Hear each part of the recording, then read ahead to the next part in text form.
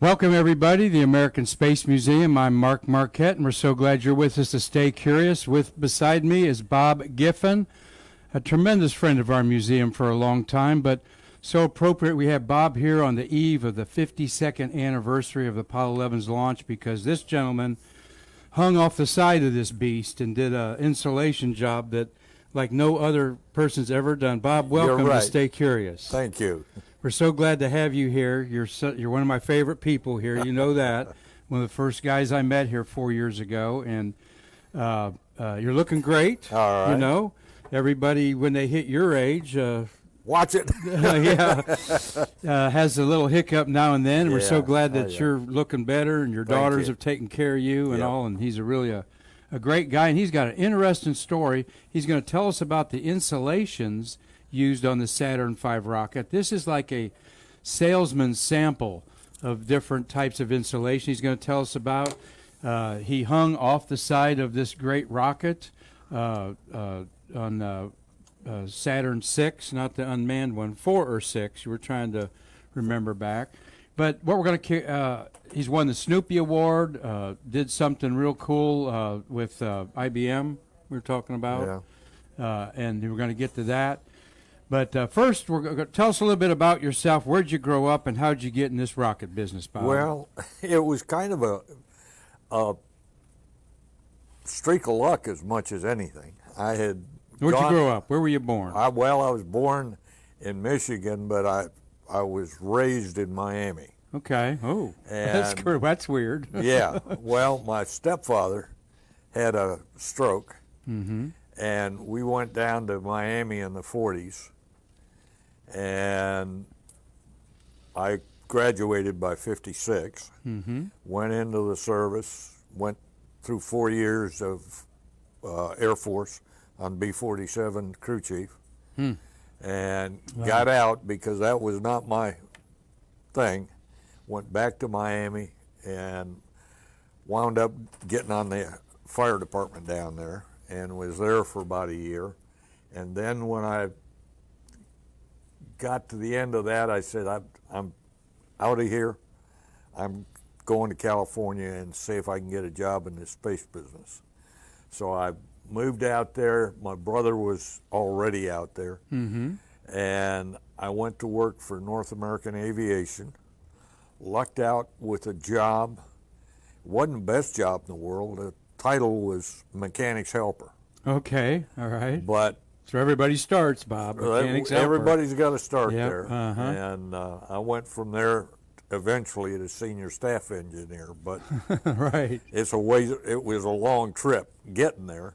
How many years total in over 40? From I started there in 1962, and I retired in 98 Okay. So for a that's total. Yeah, 62 and 98, that's 30. 37 or 7 something years, like that. yeah. Well, that's interesting. We're going to go. You have anything else to say about growing up? Were you a all-state athlete or something like that? No, That was, no. We'd be surprised to know about. I love hearing things like that. Yeah, well, not really. Okay. I got out of Coral Gables was where I graduated from in 56. And after going through the service and going out there and getting this job, it was, when I say it was kind of a lucky stroke of good luck, in that I started as what they call a mechanic's helper, but before I turned around, I was a top tech. Every chance they had, they gave me a promotion. Good. Well, that's And I was doing the structural test of the Apollo command module, second stage, service module, and some Gemini program stuff, such as Paraglider, which is yeah. We're going to on the show that to screen. you next. We're talking with Bob Giffin. He's what I call our national treasures. Okay, just one of the many supporters of our museum. In fact, our board of directors is meeting about 10, 20 feet behind me here. Stay Curious will be on their minds because Karen Conklin, our executive director, tells them all the time, What a great program this is to reach out.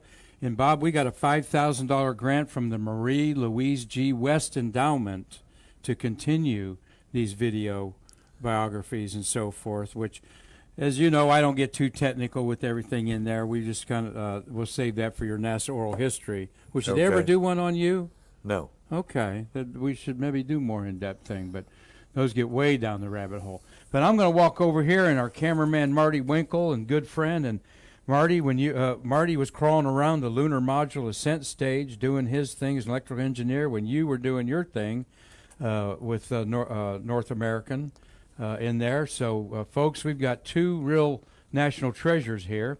And, of course, you know that we went to Washington, D.C., Triple T, Travis Thompson, myself, and Marty Winkel.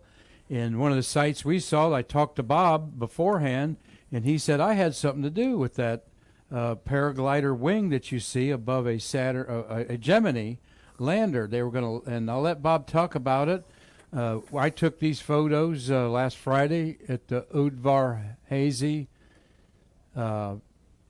Center there in Washington, D.C. Bob, what are we looking at here? Well, you're looking at the actual wing itself over the Gemini, and it was an inflatable wing. It fit in a can about 19 inches tall and about 12 inches in diameter. Wow, a foot by less than 2 foot. That's hard to believe. All this fit in there. All that I fit in there.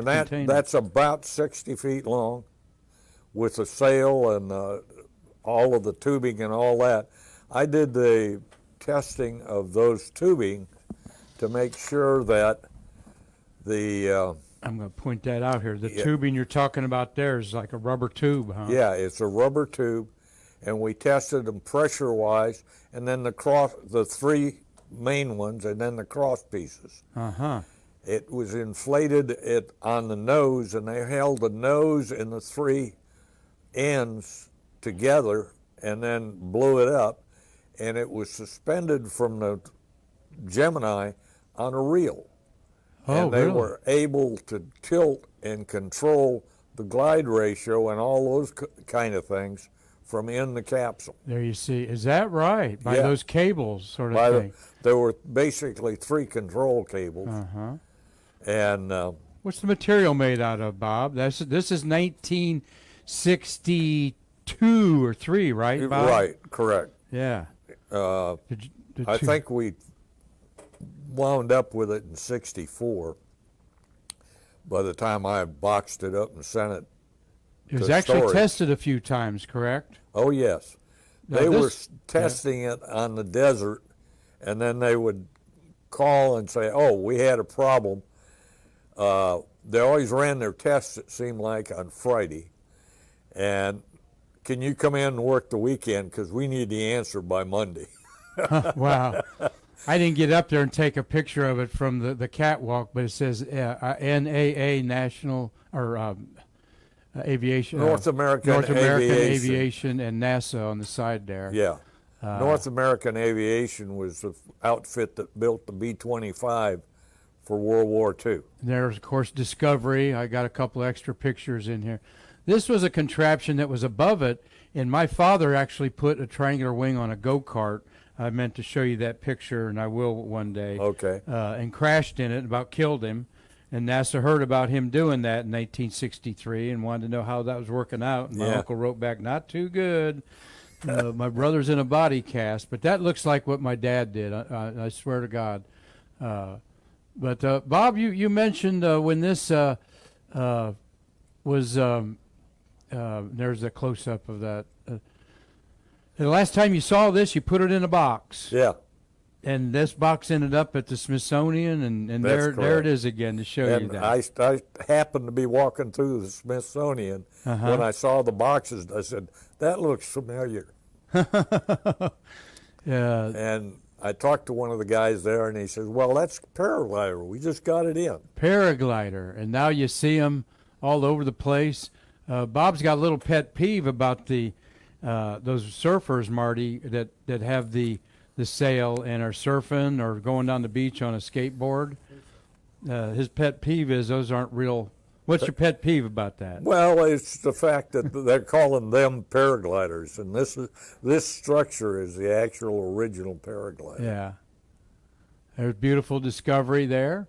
And before I have Marty Winkel turn away, we wanted to give a shout out to Tom and Mark Usiak there that photographed Travis Thompson's day in the spotlight. If you've not seen that, there's a NASA TV of it that I'm going to post a little later today.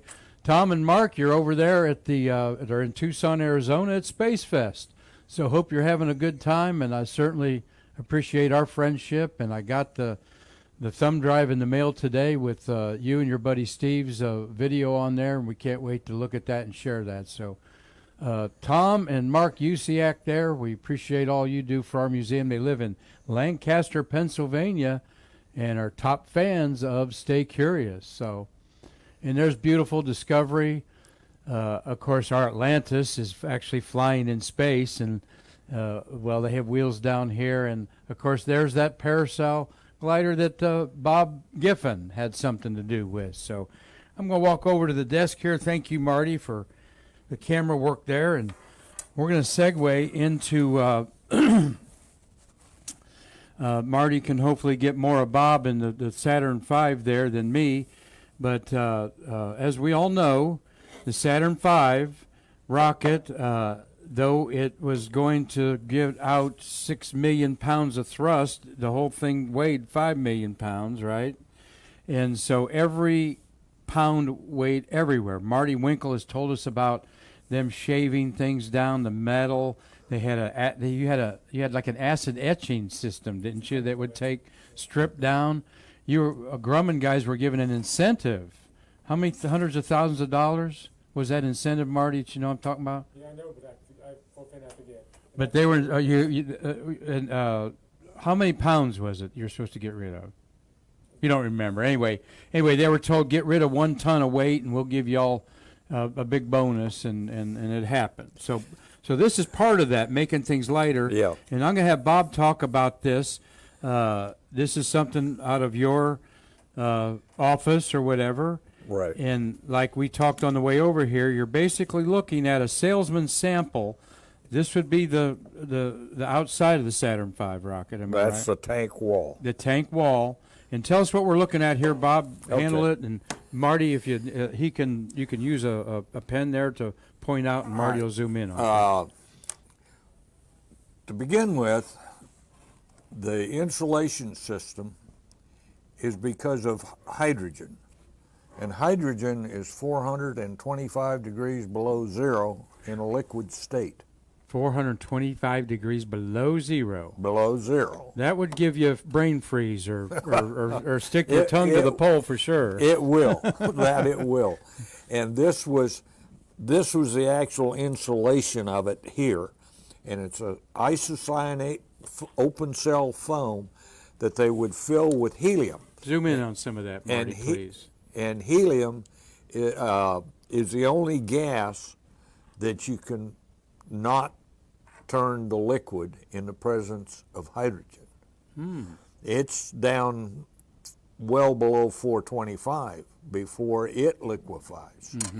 So they would fill this up with helium, pull a vacuum on it, and fill it up again in order to get all of the other gases out of it as much as possible.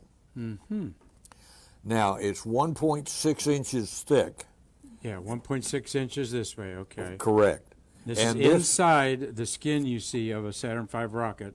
On the original 4 vehicles that we launched down here. Right. After that, we got to spray foam, and we'll get to that later. But this was, you see this little curling there. Right. That's the structure for the outside of it to make it rigid. And the white part of it is Tedlar. You know what Tedlar is? Tedlar, no. I'll bet you use it every day. Toothpaste? No. What? Teflon. Oh, Teflon, okay. That was the predecessor to cook in. For Teflar. Okay, it's called Teflon. Teflar, okay. Was the seal. That was one of the few things that would keep helium from just going through it. Okay. An aluminum casting with helium in it will just, and it's gone. And so you put an elbow in that happens to be an aluminum casting, Mm-hmm. the gas just goes straight. A lot of it, okay? This is some real rocket science here. So They're trying to contain this inside the was the vehicle all of the goodies. This was the beginning of the insulation system. Mm-hmm. It was later replaced by half as thick foam. Okay. And yet it had a whole lot more insulation to it than this did. Okay. But this allowed us to do that.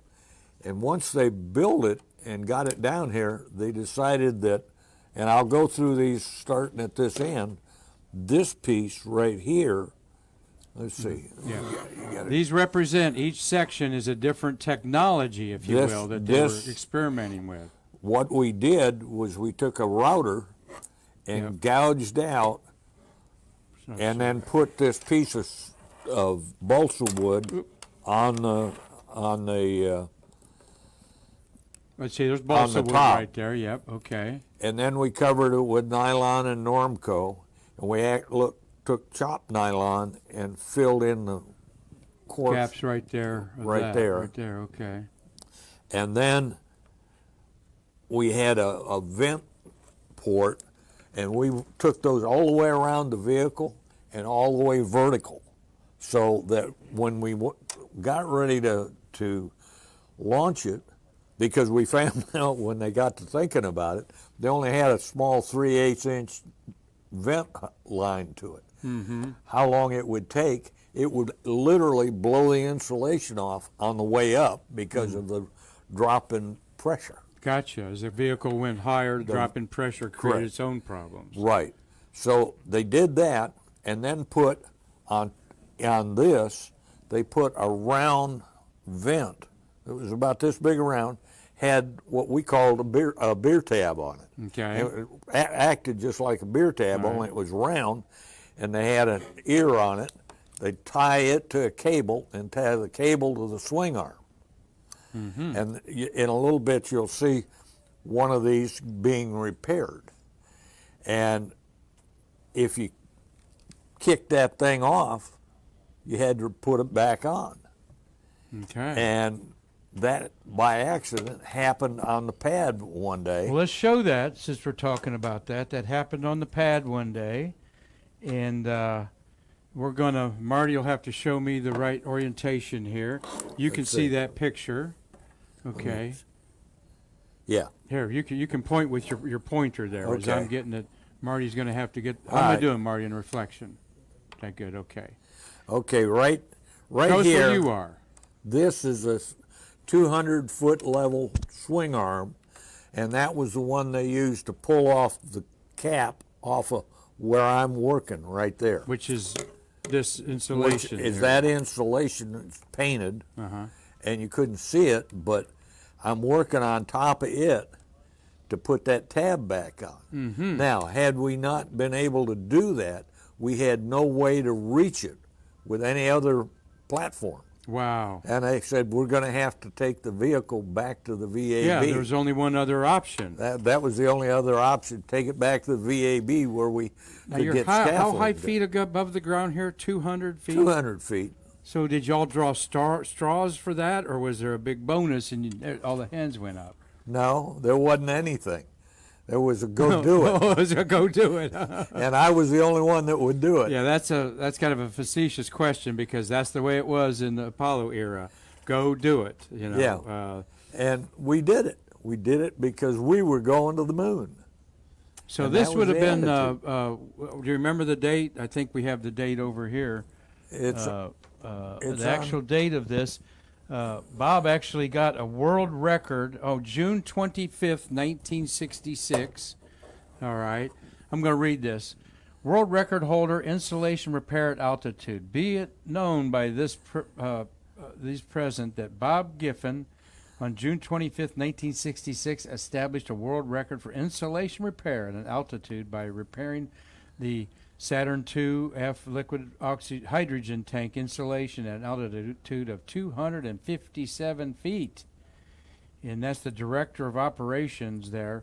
Is that in the Guinness Book of Records, too? Did I hear you say that? I don't think so. Oh, okay. I think it was just they were going to do it, period, because nobody else There's was what I gonna read do it. that. They gave him a record there, Marty. There you go. So that's you up there doing that in June 66, okay? Correct. That was sounds to me like there's probably an Apollo or a Gemini spacecraft in orbit about that time, but that was the end of the Gemini, going to the first Apollo. This we is one of the first 6 four months Apollos later, unfortunately, the Apollo 1 fires 6 months later, so that we- that's a good timeline. It's that 6 we months before launched. that. Yeah. And had we not done that, we would have had to take the entire Saturn V back to the VAB to, this is looking down, that's a semi-truck down there. How's that look, Marty? Okay? Okay. And Look at that. Wow. you're 20 stories up in the air. So doing you that. obviously worked at heights and stuff like this, or was this Yeah. you weren't that nervous about it or No. anything like that? Okay. Well, I had, at the fire department, I had wound up on the senior aerial ladder, which is a 100-foot aerial ladder, Oh, wow. and worked on that all the time. And this is the 60s, folk. There's no, you don't have the harness and all this sort of stuff that people would have today. And Well, all yeah, kinds- I've got. I mean, you got a harness on there, but Yeah.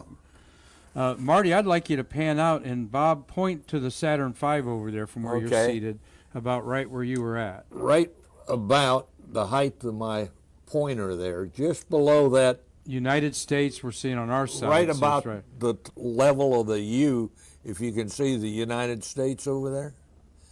And it's about the top, close to the top of the U, and that was the vent point for this one drain to get all that helium out of there before it blew off the insulation. Wow. And then we'd have a tremendous overboil problem. And how did they realize that was happening? The previous launch of a Saturn V? No, Oh. we had not launched one yet. Oh, okay, so it was 4 then. It was engineering that got it together and figured out they had made a mistake when they wanted to get the hydrogen out of there, that they had this sudden release of hydrogen required, and they didn't have the plumbing for it. So this was their repair for it. Now, we put those in down here. So you put like what you call a beer tab over the vent port, Right. and you used like epoxy, like a JB Weld or something like that? No, or- this epoxy right here. Oh, okay, that It's we're ca- showing right here. it's It's called- brown. That brown's what he It's put now on there, brown, but it's that they painted it called with. Normco, and it was a low temperature adhesive, and you could use it on the outside, but you couldn't use it on the inside that well. Well, that's interesting. Would you point up to the slaw there? Had Marty go back over there, because they can't see your pointer. Probably has to be on the side. Yeah. That's what they call the slaw, the covered tapered area that goes up to the service module below the command module. That's where Marty spent his time when the rocket was on the pad. So he went up to the 65-foot level. You told me, Marty. So he could have conceivably been up there working. Oh, 320. 320, Yeah, we are up 260 to Yeah, 320. 320. Yeah. And I was at 200, Yeah. and then you've got the third stage in between us. Yep, and that's where you see in the gantry all these little levels. That's access to certain equipment bays and so forth. Marty had to get in there and do things, not just him. But You had other forward and grown aft people. access to each rocket. Yep, and And then you had several to the service Well, that's some great module. history, Bob. That is Apollo history that you won't get anywhere. Hello, Dr. Kohler. Hope to see you Saturday. Hey. Hope to see you Saturday morning. Tomorrow's a big day, 52nd anniversary. I know it. Yeah. Talking to Dr. Al Kohler, that was in the firing room for the 52 years ago, Apollo 16 launched to the moon. and it was successful July 16th, 1969, Was the because launch. of this job that he did right here, and to brag on Bob, because we were talking about it. Yeah, see the U right there. If he hadn't have done this, the only alternative was to pull the Saturn V back into the VAB, and how much time would that have set the program back, Bob? It would have been several months Several because, number one, it's not that it didn't take us long to get back there and return, but it was once we returned, we had to redo all of the testing Right. we had done before because of the reconnect to the pad.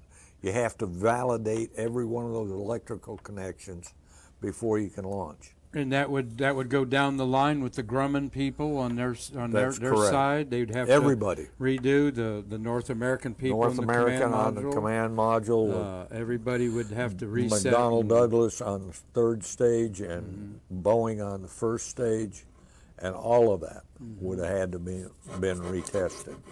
Well, But you didn't have the lunar module in that vehicle. And you have necessarily had. No, yeah, no, on that vehicle, no. That it wouldn't one we have been didn't on have a- 4. It would be, but Marty's, that's it's a good still point. it's still the time Yeah. you now, Yeah. and we were working one after the other, and you couldn't work two of them parallel because we just didn't have enough manpower in those days to be able to do that. So when you went back and came back to the pad, you're probably looking at 3 months for another launch date. And because of this job that you and your team did, that didn't happen. So would you dig a swimming pool with that bonus, or There was no bonuses for there's that no day. bonus? No. Oh, come on, really? Oh, well, that is a great story, Bob. I'm glad that our Stay Curious friends can hear that story, because it's something that it's kind of an extraordinary thing. But Bob, I know you'll agree this was just one thing that hundreds, thousands of people did down Yes. the line. There when were we- all kinds of this job that people volunteered for and did. For instance, this series of ducts that we put in, Uh-huh. we were 14 days from rollout, and they said, we're going to send you 150 technicians from California that can do insulation work. Which rollout for this from one? Okay, from yeah. the VAB to Right. the pad. Right on this system. We had 14 days. Wow. And I told the vice president of second stage, I says, you keep them out of here and we'll do it. And he says, you'll get me burned if I don't. And I said, I won't get you burned. And so we started out, and we went around with these grinders and ground this groove in here. We fit the boards in. We bonded everything. And about 7.5 days, we were nearing that finish on that. And they came and said, hold it, we want more. You guys are doing this too fast. So we had to put another, I think it was 50 or 70 feet, linear feet of this into the vehicle. Wow. And we did that, and we were ready to roll out on time. In What fact, was it? Yeah. we were 3 days ahead of rollout Really? when we completed it. They couldn't believe it. Well, this is the can-do attitude that you're going to hear some stories about Saturday here at the museum and on Facebook at 11 o'clock Eastern Daylight Time and 1 o'clock as we bring you our Mount Rushmore of Apollo Celebration Series program. And we're bringing in some 4 heavyweights of the era, Charlie Mars, Lee Solid, John Tribe, and Bob Seek. And have some people, if you show up, we're going to put you on at 11 o'clock to talk a little bit talk to Hazel Banks. Hi, Hazel. She's going to talk about being the secretary at the Flight Crew Training Building and know some of the escapades of the astronauts. So come check out, if you can't be here Saturday, check us out on Facebook. We're going to have some one-of-a-kind stories like you're hearing here from Bob Giffin. Bob, continue a little bit here about Okay. the insulation that you were working on. We'll there. go down to the next part here, and this is silicon. And up to that time, we had not qualified silicon to be bonded to anything really cold, but the outside layer of the insulation never got that cold. Okay. And what we could do then is, if we had a damage and something broke, we could go out, we could clean it out and fill it with spray foam at that point, and then we could put this piece in here with a little fiberglass strip down here and take Right there, that little cheesecloth. fiberglass strip there, Marty. Right. If you zoom in on that a little bit, show some of Take cheesecloth and put it over the top and put this silicone on it that. Wow. and trim it off with tape and what have you. Uh-huh.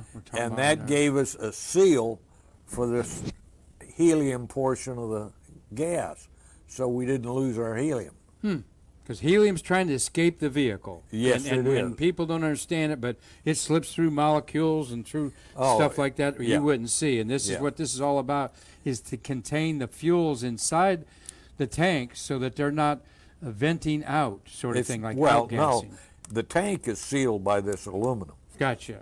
All right. but it had a coating yeah, on the outside of it to seal molecularly the hydrogen. So this is the inside of the tank, Yes. and of And- both all three stages, correct? But this was helium in here, Gotcha. which is much smaller molecule than hydrogen is, Right, and it'll slip through stuff. and it'll slip through stuff. So we went from Teflon to this stuff in the middle. That was another coating, to the cheesecloth coated silicone. Silicon. Yeah. And up here is an actual closeout strip that we later developed that allowed us to seal up the joints in the insulation.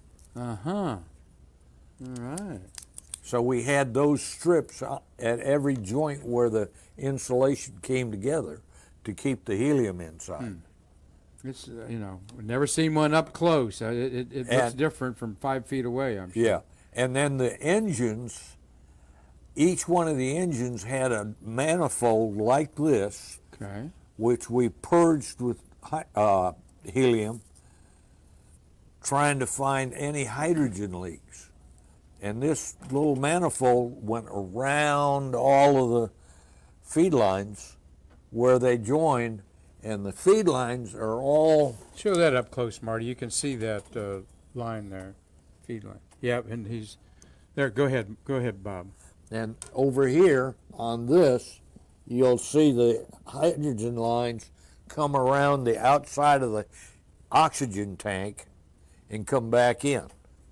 But where they fit into the tank itself, we had this kind of a structure, and we coated it with nylon and Normcoat right there. Huh. And it was not purged. It was just that way. It was done with foam and nylon and Normcoat. What a piece of history. And yes, we pulled this out of our display case just behind my shoulder here in our Apollo Gallery, where we're doing our Stay Curious program today. And I mean, that's why it's in our museum. This is a one-of-a-kind sample of this Right. that you had. So awesome to know more about it. And here is the end of the tank, and this allowed us, this was just a piece of balsa wood and nylon and Normcoat covering it to give us the end seal for the end of this insulation system. And then you see a couple little pieces of nylon. This is the nylon that we used to fill in with that Normcoat. Marty's going to zoom in on that a little bit there. Yeah, I can see that, Marty. Good. So what a history lesson here, but working on this from 1965, and then 4 successful Saturn V rockets later, which would have been 4, 6, I guess 8 to the moon, or before the moon. Then Before the you changed moon, it. Then yeah. then Then new we changed technology. it New technology. With new appeared. technology, sprayed the foam on it, and it had no purge, so we had none of this pressurization problem. And with the new insulation, we only needed 8/10 of an inch. 8/10 of an inch versus this is 1.25 inches, you said? Inch and 1.6 inches. 1.6 inches. You're like Marty pulling the decimals on me there. Well, not 1.5, but 1.6. Yeah. Keep me honest, Bob. I love it. Well, that was considerable weight savings too. Yes, it And was. I'll bet that factored into Apollo 15 extra weight for Oh, the yeah. rover and Yeah. things. Carry more fuel. Yeah, and carry more Well, fuel. yeah. That should carry more fuel too, Marty. We found, you got to understand that when you fill up the hydrogen tank, you have a constant replenish once you get it full to keep it full. Otherwise, it boils off. Okay. And they had this big replenishment system for this insulation system. And when the fifth one showed up and they tanked it, they shut it down a little bit and it kept overfilling and they kept turning it down. And they almost turned it off to keep it from overfilling. Wow. They were amazed at how much, and that results in BTUs lost basically to the atmosphere. How did you get access to do the modifications? Marty's asking, how did Bob get access to do the modifications on the Saturn V vehicle? You said you had to bore out those sections. Here, Yeah. that was all done Had to bore on this out. How do we scaffolding. bore? It was done in the VAB. But you had to go inside the tank. No. This is all outside. This is, the inside of the tank is this. I thought you said they went around. Yeah, I initially said that, and I'm wrong. This is the fuel is over here, and this is the outside of the tank that we see. That's and they what just you painted. see. They just painted it white. So there's a 1.25 inch insulation on the first. You don't know if it was used on 8 4 vehicles. Apollo 8 for the 4. Yeah, We have to look up. yeah. My the first 4. I'd hate to say. There's 4, 6, 7 went to Saturn 1B, I think, Yeah. and 8. So yeah, it would have been.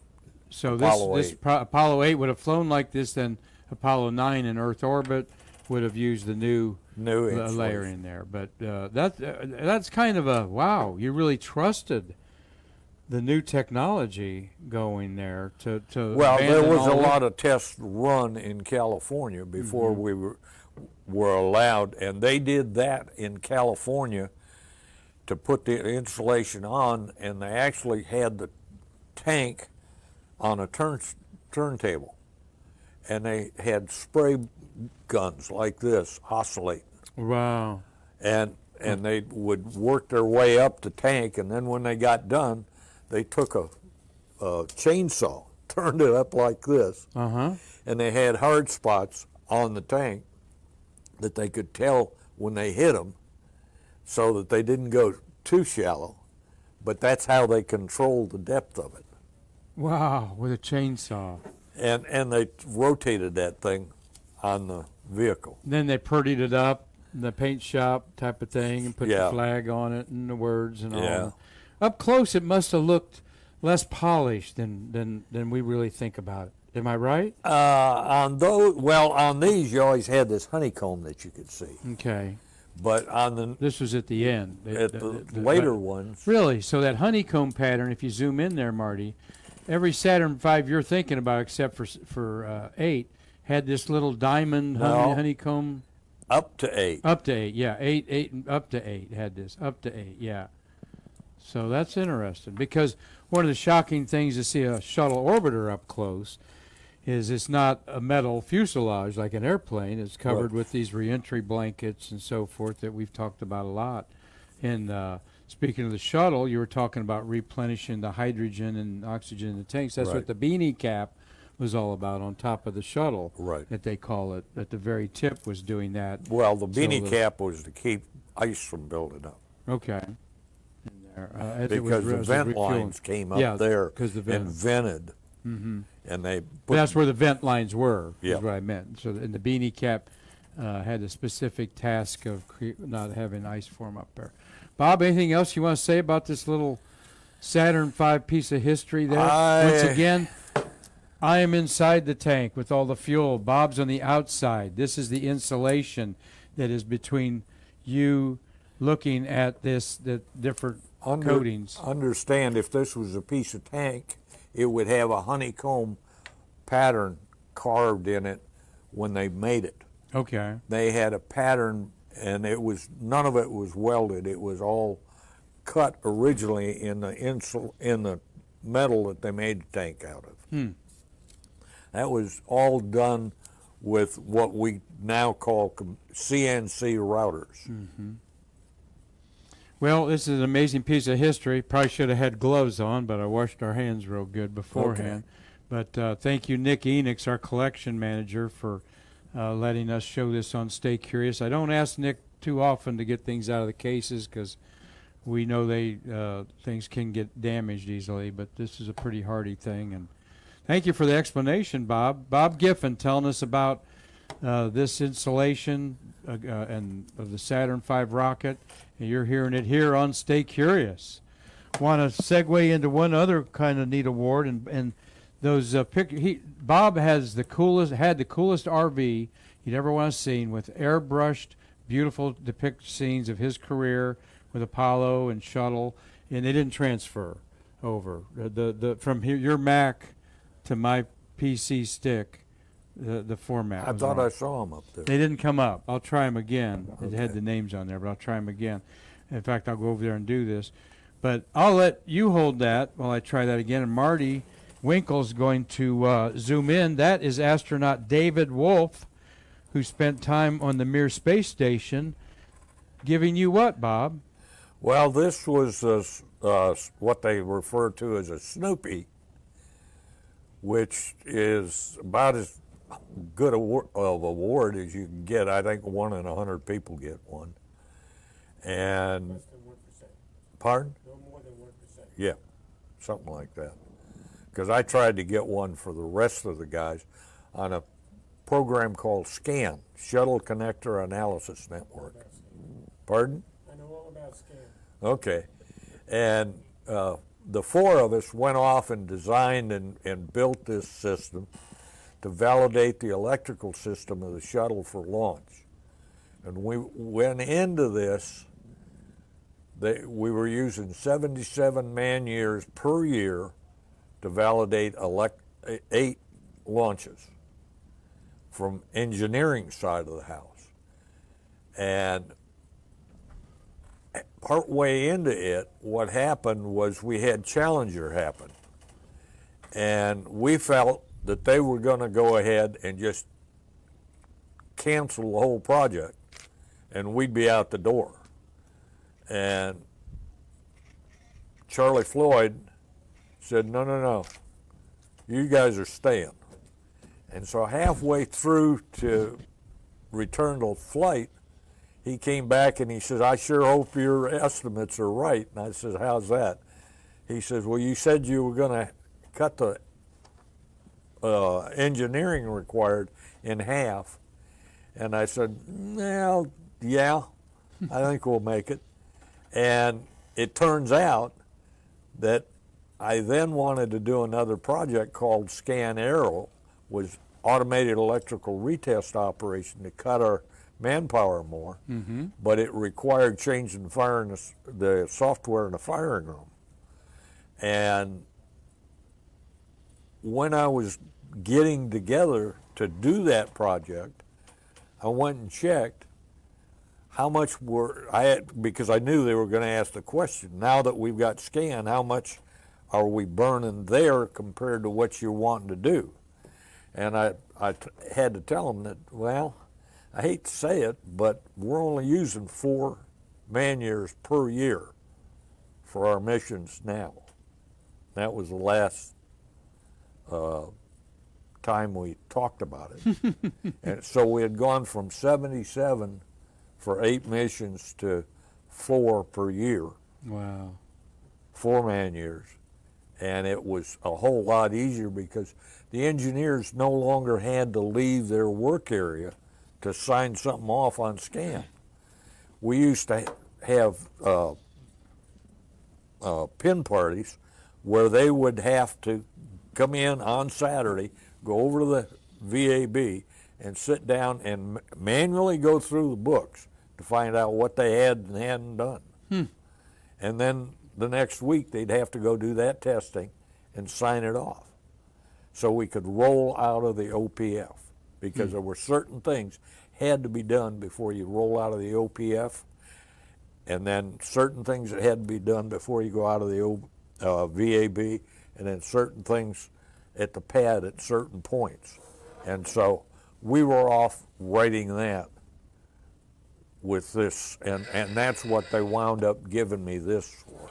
Was the Snoopy Award, and that's cool. Dave Wolf there. I think that was in 1996. Yes, that was. Is that 96 or 99? I looked at it on the wall there, and I It's didn't. probably 96. Yeah. And We had put that into effect on the return to flight, and NASA was so impressed with how accurate we were compared to doing it by hand that they used to do, that they came over with a whole stack of sheets one day and told us we were wrong. So I sat down with them and we went through each one of those sheets. Well, we didn't go through all of them before they gave up, and they said, we get the point. Yours is right and ours is wrong. And it was caused, and I knew at the time what it was about. When they did a modification, the builder would change it on one end of the connector and on the other end, but if you took the middle connector off, it'd tell you to test the old component. The engineer would look at it and say, we don't have that anymore, and he'd void it out. And so we didn't get those things tested properly. And that was part of what brought that Snoopy thing up, was that we had improved it so much in the process. well, we've got a silver Snoopy in our workers gallery over there. Don't know if you stuck your head in there. No. See the new workers gallery in there. There's Norm Carlson's Snoopy Oh, award that's in there. Okay. You knew Norm Carlson? yes. And tell us. Norm was my neighbor out in Hickory Hill. Oh, was he? Yeah. Okay. Tell us, 52 years later, we're with Apollo. You had a piece of the pie there, okay? And you know what? We're having the guys that you know here Saturday, and hopefully you can come to it too.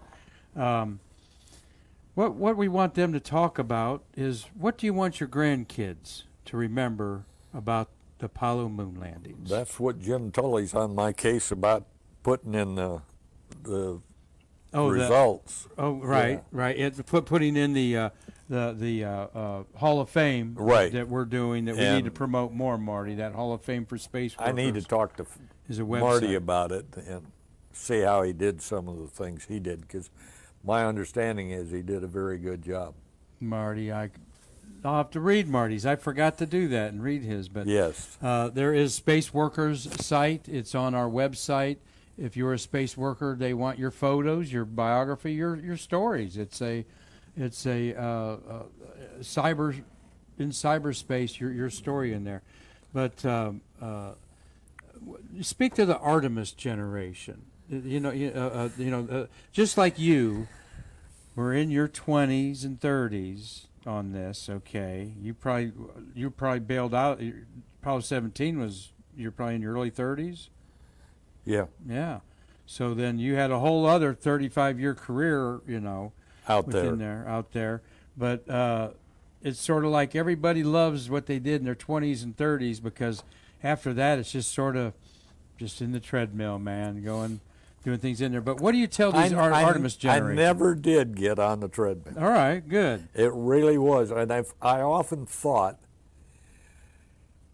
what does somebody that was born and raised out in the middle of wherever in the country do? They're a farmer all their life, or they're whatever, and I respect every one of those jobs. I don't belittle a bit of them, but I think about how lucky I was to get that job in California, because for the rest of my career, I went from like I said, a mechanic's helper out there, and they boosted me up as fast as they could to the top techs because they were afraid I was going to leave, and I kept having these other companies come to me to go to work for them. And I literally did, and then I got down here, and eventually I made it into engineering and into a senior staff engineer slot. And to me, that was a big, big jump. And I was able to do these things like these projects I've talked about with the scan system and the scan arrow system and those kind of things. I did one for them that they panicked one day and they said, hold it, we've got to send our documents to a print shop in PDF format come June. We're contracted to that. And What year is this? 80s? no, this would have been PDF format was new back then. Yeah, relatively new, yeah. But we were doing it on an IBM system, which had a completely different format, and the print shop wouldn't accept it. And they had signed this contract to do it in PDF. And they said, what can you do to help us? So I went and looked at it, and without going into a lot of detail, basically I said I need 2 people to help me. Norm Carlson's daughter was one of them, Oh, okay. Bobby Lou, and T.J. Schmink, who's up in Cleveland, Ohio now, and has been for 30 years or so. But the 3 of us went off and did that, and they kept saying, well, are you going to be done in time? Well, what I had done is the very first day they gave it to me, I said, give me a file and some permissions, and I told them what I needed. They did, and that afternoon they came back with a printed in PDF format operational maintenance instruction, OMI, and they couldn't believe it. And I don't know, you remember when we changed? I remember T.J. Schmink also. Pardon? I remember T.J. also. Yeah. Okay. T.J. O'Malley? No, Oh. T.J. Schmink. Oh, T.J. Schmink, yeah. Marty was saying I- he remember. I- Marty was very involved at the same time Yeah. with this stuff, too, on the But shuttle side. you remember how much it changed the looks of our documents? Plus, you could get a fresh document and didn't have to update it because we didn't put in, what were they, pink sheets? Or yellow sheets or green sheets or that before, huh? It could be one out, one. Yeah. But anyhow, we used to have to slide those in and make that all work. And when we put this where it was a direct transfer, they could get it in Houston the same day we had it down here. And so we could put something in the morning and run that procedure that afternoon without having to modify it yourself. And they were, this big 3-letter company kept saying, "Oh, you guys don't spend too much time on it. We're going to replace all that." About a year later, I finally got the final paperwork that Charlie Mars had signed Yeah. and said, no, they're not going to change it. Fascinating stories here. A little detailed, but that's what the space program is. These are all how they communicate with each other, Yep. how things were verified and so forth. And folks, it was all about with this gentleman and Marty in the 60s right there. This paper's 52 years old Tuesday, okay? The Titusville paper, we have to point out to people. That's the Florida Today paper, yes. Yeah. Florida Today paper, thank you, Marty. These were taken off of the television set.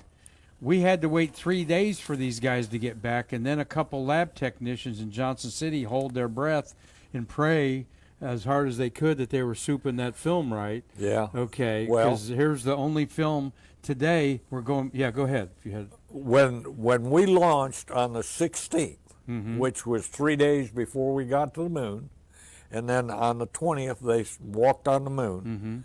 But when we launched the vehicle, I said, if they're going to have a color camera on there, and that was the big secret, that we were going to have a color camera, I went down to the local TV shop and bought a color camera. TV. You bought a color camera, TV. Yeah. Michelle. Yeah. But it wasn't color. Yeah, 11 wasn't color. yeah, they had some shots that were Okay. in color. A lot of people didn't know it. All right.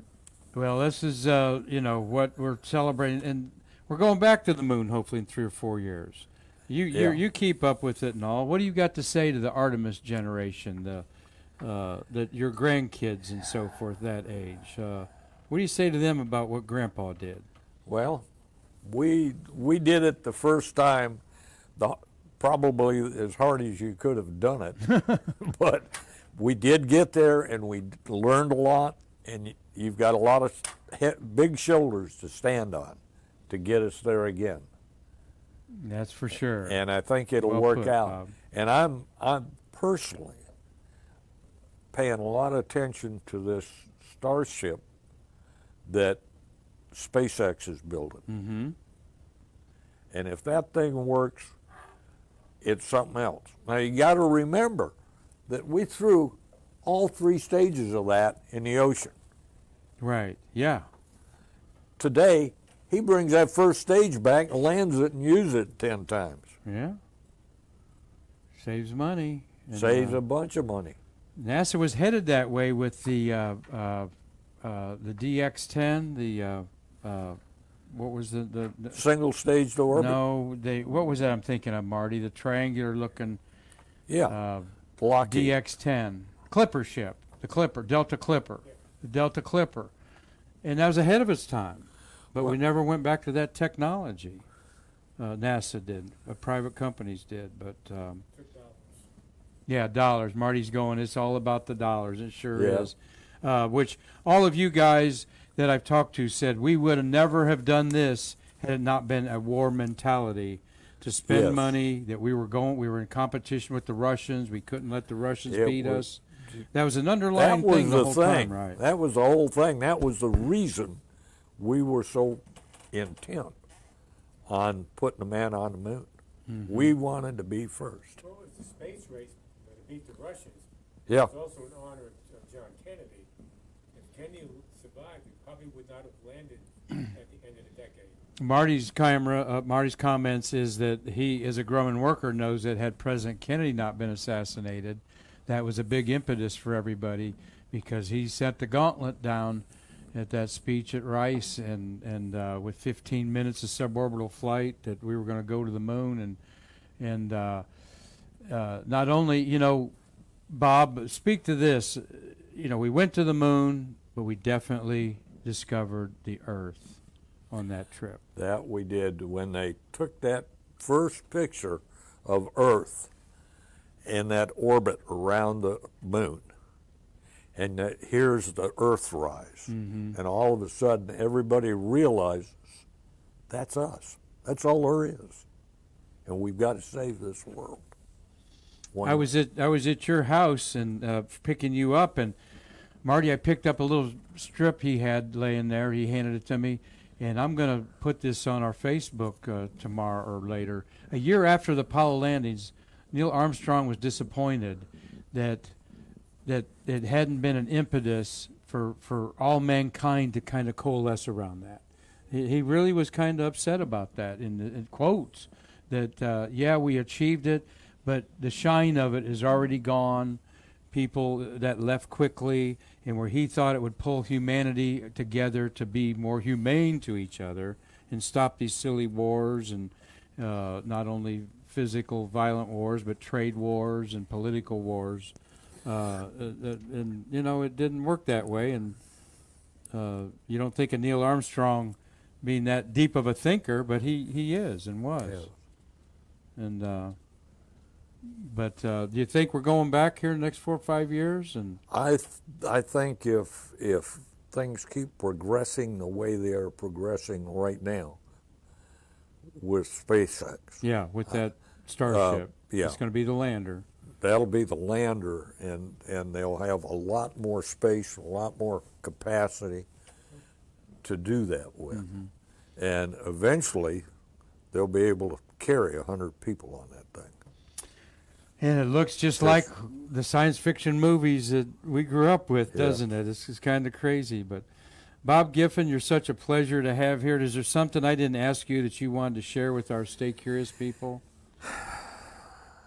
Not that I can think of Okay, right now. well, I mean, someday I may think of something that we'll we have ought you to back do on. He's got a something. Space Walk of Fame shirt on there. That's a classic because we become the American Space Museum just Well, about we- 4 years ago. That is our foundation, our nonprofit foundation that We you've s- been members of for a long time. We started as Space Walk of Fame, and if you're in Titusville, the thing to do is to go see the Space Walk of Fame monuments, and that's the Mercury, the Gemini, the Apollo, and the Shuttle. That's 4 missions. Yep. There's 35 handprints of astronauts you can put your hands on, those that passed away. There's a beautiful profile sculpture or relief of them. The history is amazing. What you guys did, I'm always in awe about. I go over there frequently. If you can, and when I first saw several years ago the handprint of Deke Slayton, I'm going, where's his finger? Deke has his ring finger missing on here from a 5-year-old accident, chopped off, wood, and how he got to be who he was and everything on there. Yeah, I meant to mention that. That reminds me, this guy, if you woodworkers and crafters out there, this gentleman had always had, I'm sure, one of the most amazing woodworking and metalworking shops. You can build anything, can't you, Bob? And I was glad to see you still had that going at your new place there. Well, I do to a little bit, but I sure haven't. I had a house fire, Yes. and I really haven't rebuilt it since that house fire. As I recall, caused by electrical lightning hitting the telephone lines, right? Correct. The telephone lines hit And the it lightning. smoldered for 3 days before it broke out and absolutely destroyed my basement. Yeah. But I saw it after it was fixed up. It was still pretty sweet. Every Yeah. tool you want, and of course, spotless. Not though you could build a roll-top desk probably. There wouldn't be a amount of dust on the floor. Yeah. But it was so good having you here. His van, Pardon me? Yeah. you have a picture of his van that We you talked about? don't have them. Yeah, we were talking about the van. Well, I downloaded them on a thumb drive from his Mac, and they didn't transfer for some reason. You got them on your phone? You got a picture on your phone to pull up there? Pull up a picture of your phone of your van there, and we'll have Marty zoom in. Let me see if I can. Well, I tell everybody that tomorrow, of course, we're going to have Triple T with us, Travis Thompson. We will go over the trip to Washington, D.C. We'll show you a 3-minute clip that NASA TV put together. If you haven't seen it already, if you've seen it already, you'll want to see it again. They did such a great job putting this story together of Travis Thompson and the closeout crew. But again, Travis and Pam Melroy, the astronaut and assistant director now for NASA, they always say, like Bob and Marty, it was a team, and if they're recognized, it's only because they were at the tip of the spear or did something at that moment that caused notoriety on that. But so we've got that going Friday with Triple T. We're going to, of course, I'm going to read from a few of the newspapers because tomorrow is the 52nd anniversary of the launch of that Saturn V rocket. 52 years ago, this town was crazy with people. Titusville, 1 million people swamping in to see that 9:32 a.m. launch, something like that. And then I was reading stories in the old papers, Bob, where everybody's partying in the afternoon at the Mousetrap and some of the old haunts that you went to down there. So A very good friend of mine lived right across the street from the Mousetrap, okay. and he was here prior to that in 1950s. Oh my. He was here at the time when somebody like Ike Ridgel, who's still here. Right. Yep. Ike is Ike 97, is right? 98. 98. Okay. He's 98. And Ike came down here in 54. And people don't realize how long we've been here. Right.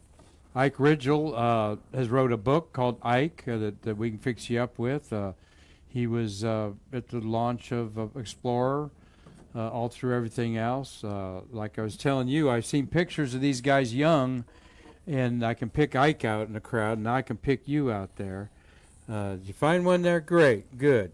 I'm going to... Yeah. This is the series of them there? Yeah. Okay. That's good. Let me do it like this. Yeah. Okay. There we go. You called this the Earth Rover. Earth Rover. You know, and on there you'll I'm see going to set that right there, Marty. Earth Rover, and Marty's zooming in on Bob's RV. Okay. Here's a gentleman painting on it. All right. Yeah, that was the artist that did it for me. And there's the back of it, the Earth Rover. There was the, don't have my glasses on to see. That's the launch. Oh, that's the night launch. That's the night launch, the Yep. only night launch we did, which was Apollo 17. There's the back of the RV. Going through somebody in the back. That's you and your wife, Saturn V rocket. So this thing garnered a little bit of attention going down the road. Look at that, folks. Just gorgeous, all right? And so glad you could pull that up. Tell us about the Earth Rover and just going down the road with a smile on your face. Well, when I got ready to retire, I bought a used Bluebird motorhome. Mm-hmm.